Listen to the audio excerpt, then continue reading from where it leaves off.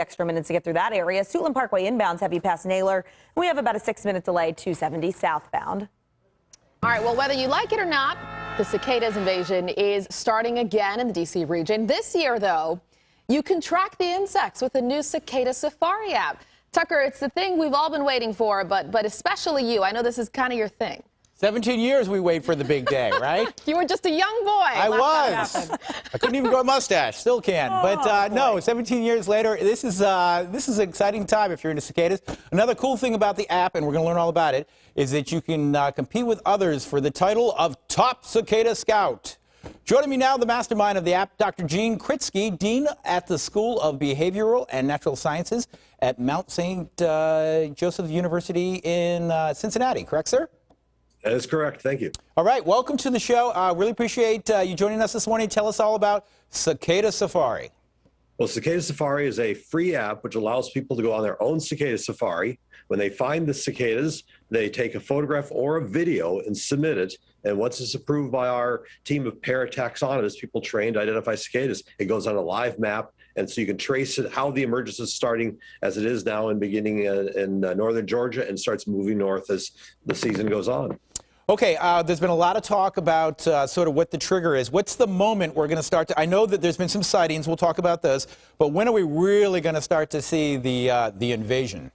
But what we're waiting for is a combination of things. One, the soil temperature is reaching 64 degrees Fahrenheit. That's critical. And then usually after a nice soaking rain, that's where it really gets them to pop.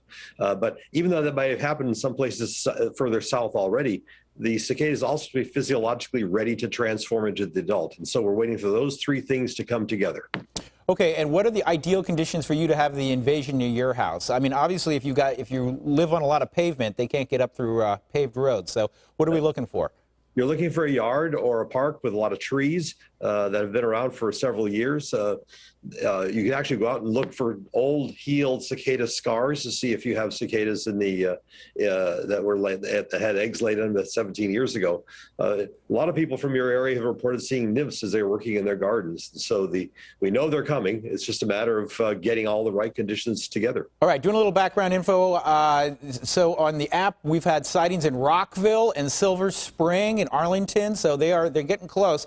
Professor, tell me how you got involved. And I mean, is this like the Super Bowl for you?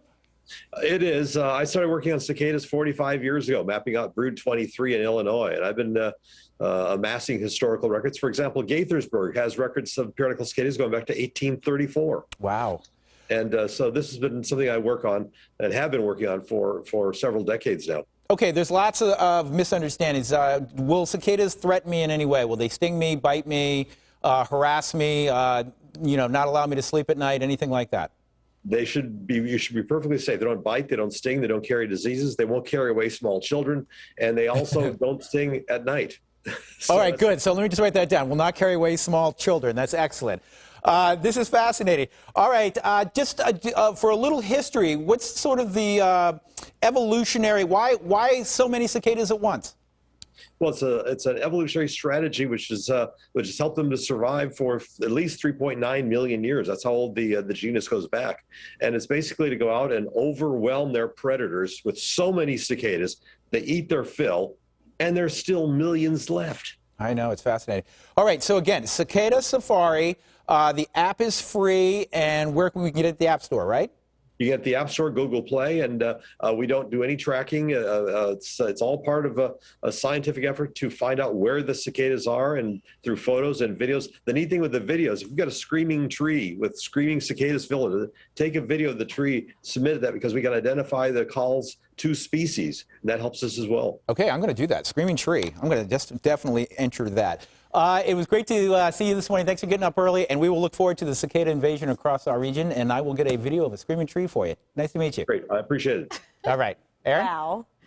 This is fascinating stuff, Tucker. I actually just downloaded the app, and while he is telling us they're completely harmless, they won't take away your children or pets. I'm going to add pets because I'm assuming that's also the case. That's a good point. I'm still kind of terrified of them. Well, listen, from 17 years ago, I remember that they're pretty slow, and, although they look a little, perhaps a little tough, yeah, they're pretty innocent. I got chills looking at the video of the close-up of the bugs. Well, just, Aaron, I know you're into cooking. I think people cook them up, so we'll see what happens. Oh, do you want me to serve you some? Yeah, I'll bring you in perhaps some that could be, lasagna with the maybe side of cicadas. That could be a food segment later. All right, sounds good. That's a test of how good of a chef you are, Aaron. So I don't think anybody's that good of a chef today. It was great. I'm going to definitely get the app. yeah. Tucker, thank you.